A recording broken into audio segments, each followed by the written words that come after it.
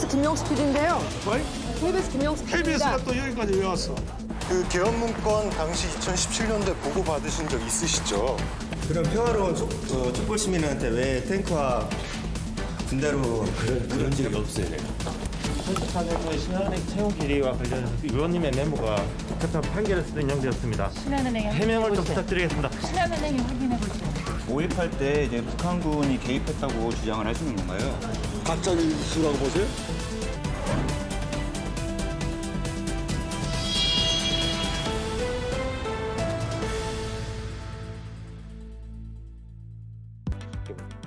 확실한 의사가 있으시면 지난 5월 소문으로만 떠돌던 신한은행 채용 비리의 실체가 세상에 드러났습니다.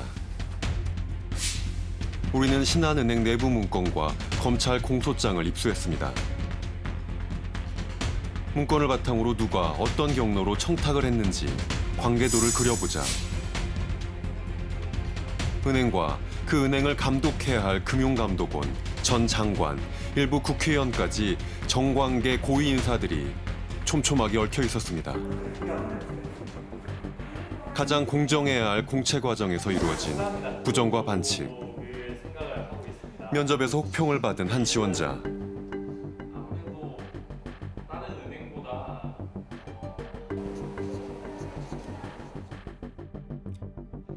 면접 탈락 대상인 최하점 DD를 받자 비비로 변경됐습니다.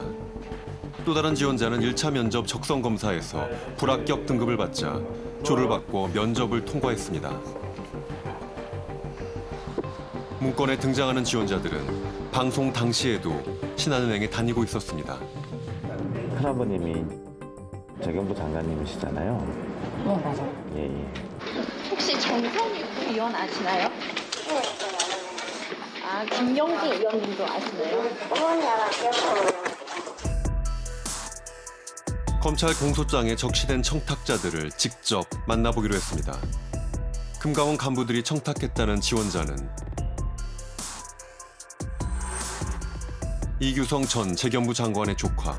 이 전 장관은 대한민국 경제부처 요직을 맡아온 경제계의 거물입니다. 아니 그런데 청탁이 들어가는지 안 들어가는지 검찰 난저 소환해본 적도 없고 난 아무것도 없다고.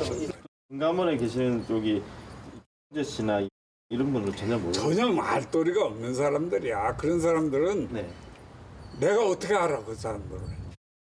내가 청탁으로 들어간 건지 제 실력으로 들어간지 당신이 어떻게 알아? 그건 이거 검찰 조사 결과에 나와. 검찰 조사 결과란 건 난 한 번도 그 검찰에 불려간 적이 없어. KBS가 할 일이 없어. 그따구 소리나 하고 앉았어?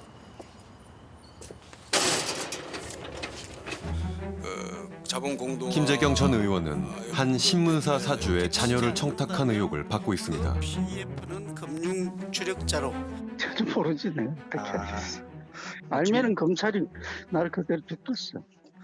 제가 그래서 뭐 끊으시죠. 검찰 공소장과 판결문을 좀 보내드리겠습니다. 보시고 말씀하셔도 될 것 같은데요. 아니 더 이상 이야기할 것도 없고 예.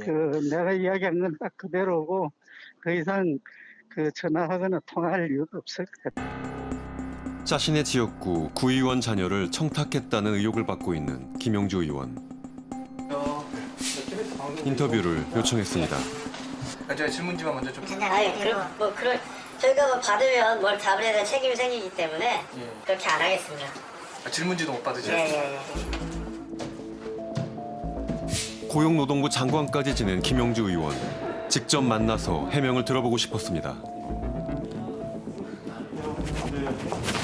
이게 나왔습니다. 2014년도에 신한은행 채용 비리와 관련해서 의원님의 메모가 재판 판결에서도 인용되었습니다. 신한은행에 해명을 확인해 좀 보세요. 부탁드리겠습니다. 신한은행에 확인해 보세요. 청탁 의혹을 받는 무수한 청탁자들. 은행 관계자를 제외하곤 이들 중 누구도 처벌받지 않았습니다. 김용주 의원에게 돌발 질문을 했다는 이유로 국회에서 쫓겨난 제작진. 촬영 중지와 개통을 요청드리겠습니다.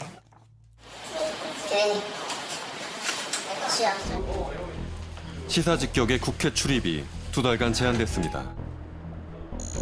방송이 나간 후 채용 비리의 진상 규명을 촉구하는 기자회견이 열렸습니다. 의아한 것은 금융기관 채용 비리 사건이 전 국민적인 분노를 불러일으켰던 사건인데도 불구하고 이 신한은행 채용 비리 사건에서 청탁을 한 국회의원들은 소환 조사도 받지 않았다라는 것입니다.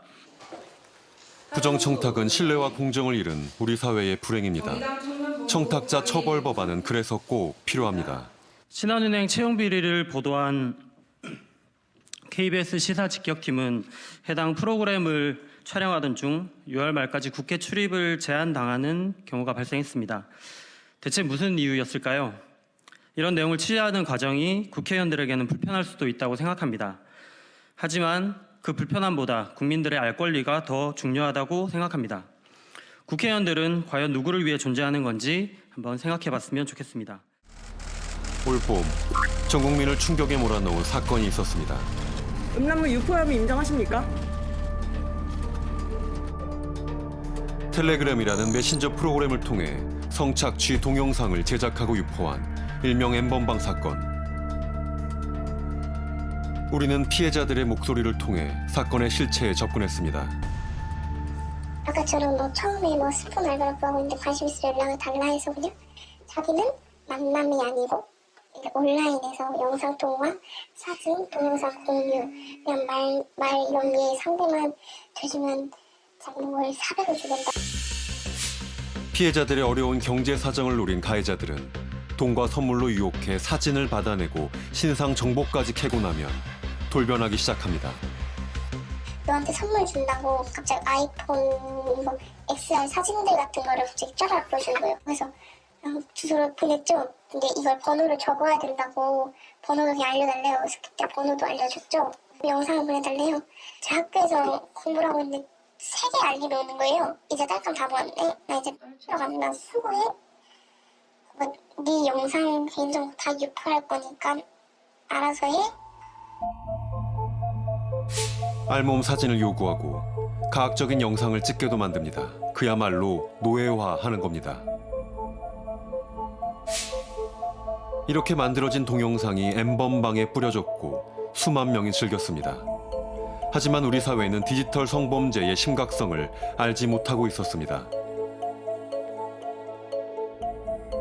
저는 신고를 했었는데 그때도 못 잡는다 하시고 그냥 경찰서 가서도 별 관심을 안 보이시더라고요. 이거는 그냥 원래 있었던 일이고 난 이건 어차피 휴일기업이어서 못 잡는다 이런 식으로 얘기하셔서 지금 제가 사는 집을 알아가지고 쫓아오면 어떡하지? 어디선가 날 보고 있으면 어떡하지? 라는 그 무서움이 갑자기 이렇게 와가지고 잠을 못 자겠는 거야. 항상 피해자들은 두려움 속에 살아가고 가해자들은 너무 떵떵거리면서 사니까 그런 삶이 조금 바뀌었으면 좋겠네. 지금 디지털 성범죄에 대한 디지털 성범죄가 중대한 성범죄로 인식되어야 한다고 주장했던 류영재 판사. 디지털 성범죄라는 것을 강간이나 강제추행 등의 신체 접촉 성범죄보다는 가벼운 성범죄로 안이하게 생각을 하면서 판결을 내려온 측면이 분명히 있다고 생각을 하고요. 그 전까지 인식 전환을 위해 반드시 필요한 건 피해자의 목소리라고 말합니다.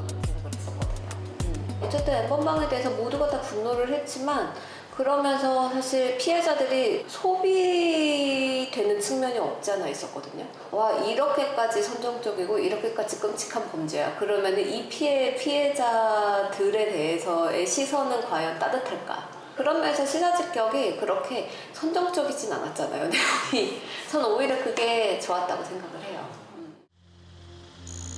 코로나19 최전선에 있었던 대구 동산병원. 전담병원으로 지정된 후 115일간의 사투를 마치고 보름 전부턴 정상 진료를 시작했습니다. 코로나19는 아직 진행 중이지만 의료진들에게 가장 두려웠던 순간은 2월의 대구입니다. 그때는 진짜 그 전날부터 왜 31번 확진자가 나왔고 그 31번 확진자가 이제 동선을 제대로 공개하지 않았었고 근데 확진자가 하루에 이제 몇십 명씩 이제 나오니까 그때 약간 예감이 큰일 났구나. 이제 더 퍼지겠구나. 지난 2월 대구에서 신천지 신도인 31번 확진자가 나온 이후 코로나19는 폭발적으로 확산됐습니다. 국가 방역 체계를 무너뜨린 신천지. 우리는 신천지 교회가 코로나19 확산의 진원지가 된 이유가 무엇인지 추적했습니다.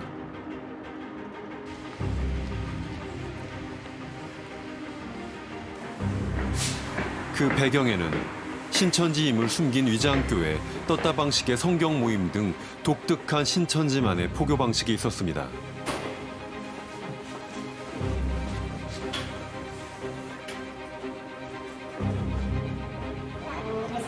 여기 들어올 때 뭐라 하냐면 교회에 문화센터라고 하더라고.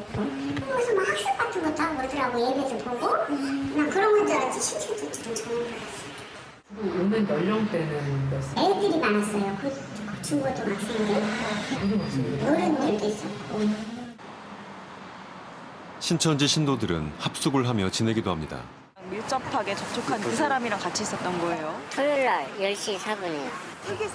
확진자가 또 나왔는데 그 확진자와 접촉을 한 분이 저희랑 같이 살고 있어요. 이런데 마지막에 연락이 안 돼. 아 진짜 걱정 많으시겠어요 지금. 근데 이런 장소가 한두 군데가 아닌 것 같아요.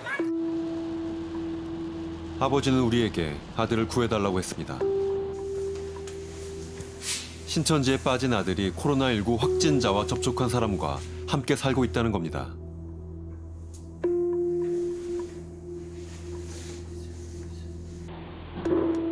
연락이 안 되던 아들이 모습을 드러냈습니다.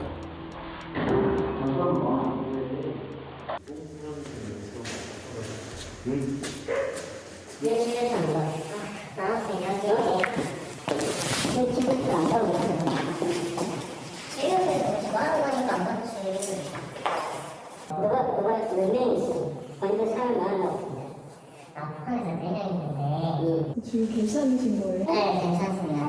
들어가셨어요. 괜찮으세요? 다들 지금 상태는 남부는 열리거나 다 그러지 않고요. 밀폐된 공간에서 가깝게 접촉하며 교리를 공부하고 예배를 드리는 신천지 신도들. 신천지를 통해 코로나19가 빠르게 확산된 이유였습니다. 명절 이후로 처음 봐요. 신문은 엄청 많던데. 이 자기들끼리 숨어있는 사람, 저렇게 하고 있는 사람 얼마나 많겠어요. 우리 사회의 다양한 이슈들을 다뤄온 시사직격. 사건 속의 진실. 눈에 보이는 것 뒤에 숨은 진실을 찾아내기 위한 노력이었습니다.